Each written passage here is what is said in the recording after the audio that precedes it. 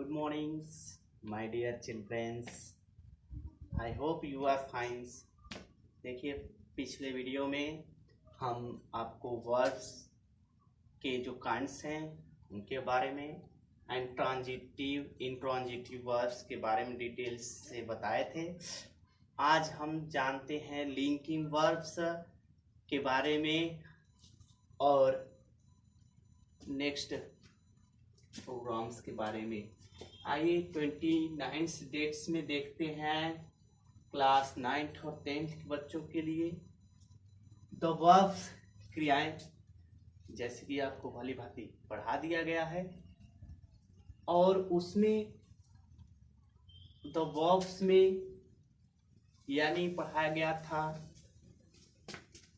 Transitive verbs में कि आपको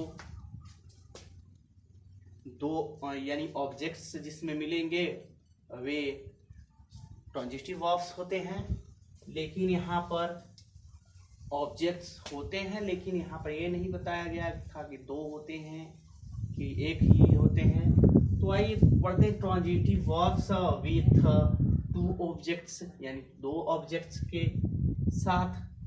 फॉर एग्जाम्पल से समझते हैं, Mohan gave me a book, he lent me his cycle, Mohan teaches us Hindi. ये जो सेंटेंस आपको दिया गया है इसमें दो ऑब्जेक्ट्स हैं। एक ऑब्जेक्ट्स को डायरेक्ट ऑब्जेक्ट तथा दूसरे को इनडायरेक्ट ऑब्जेक्ट्स कहते हैं। अब किसको डायरेक्ट ऑब्जेक्ट कहा जाता है, किसको इनडायरेक्ट ऑब्जेक्ट कहा जाता है, इसको आइए समझते हैं। अरे यदि वाक्य में दो ऑब्जेक्ट्स हों, यदि सेंटेंस दिया गया है उसमें दो ऑब्जेक्ट्स हों, एक डायरेक्ट ऑब्जेक्ट्स तथा दूसरे को इनडायरेक्ट ऑब्जेक्ट्स कहते हैं। तो भली भांति आपको पता है और बता भी दिए हैं।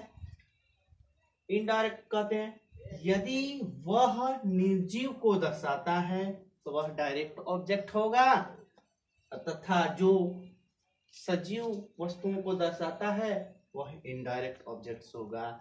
That solves. ऐसे पता चल गया कि यहाँ पर ए बुक को दिया गया है, ए बुक क्या होगा, डायरेक्ट होगा, और मी क्या होगा, इनडायरेक्ट होगा। समझ आ रहा। और इसमें भी साइकिल है, साइकिल मी क्या है, यहाँ साइकिल डायरेक्ट, ये इनडायरेक्ट। यहाँ पर देखिए हिंदी डायरेक्ट, ये इनडायरेक्ट है। को भली भांति समझ में आ रहा होगा कि कौन डायरेक्ट है और कौन इनडायरेक्ट है।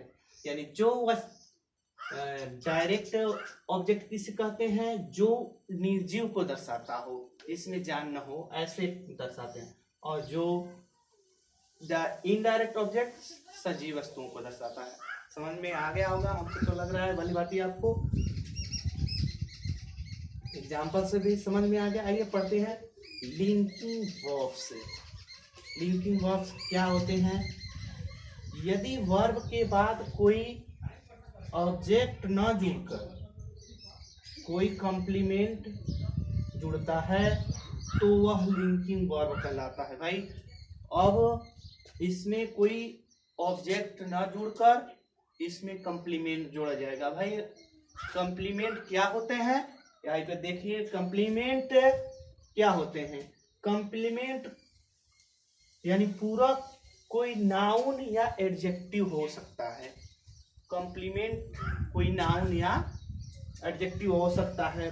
फॉर एग्जाम्पल में समझते हैं, Mohan is a teacher, Mohan is a teacher. ये मोहन का संबंध डायरेक्ट टीचर से बताया गया है कि मोहन क्या है, एक अध्यापक है, इसलिए यह कॉम्प्लीमेंट की तरह कार्य कर रहा है यहाँ पर टीचर। और यह क्या है, नाउन है, जैसे कि बताया कि यह नाउन या एडजेक्टिव हो सकते हैं। वी ग्रो ओल्ड, हम बूढ़े होते हैं। यहाँ पर ओल्ड क्या है, दैट्स इज एडजेक्टिव, एडजेक्टिव है। और यू API सैड, यहाँ सैड एडजेक्टिव दुखी, तुम दुखी प्रतीत होते हो। ये ऐसे आपको भली भांति समझ में आ गया कि इसमें एग्जांपल्स में मोहन इज ए टीचर, यहाँ टीचर है नाउन, ये आपका एडजेक्टिव एडजेक्टिव, यानी कोई वर्ब के बाद कोई डायरेक्ट आपको ये नाउन या एडजेक्टिव दिखाई दे तो यह ऑब्जेक्ट न होकर कंप्लीमेंट होंगे। और लिंकिंग वर्ब की यही पहचान है कि कोई वर्ब के बाद, हेल्पिंग वर्ब के बाद कोई कंप्लीमेंट जुड़ता है तो वह लिंकिंग वर्ब कहलाता है। आपको नोट्स तैयार करना है और डेज का आपको दे दिया गया है, ये सेकेंड डेज का है। अगले सेशन में ऐसे ऐसे दिया जाएगा। लिंकिंग वर्ब हो गया, उसके बाद आपको दिया जाएगा auxiliary verb and phrasal verb, और उसके बाद एक्सरसाइज कराया जाएगा, भली भांति आपको समझाया जाएगा।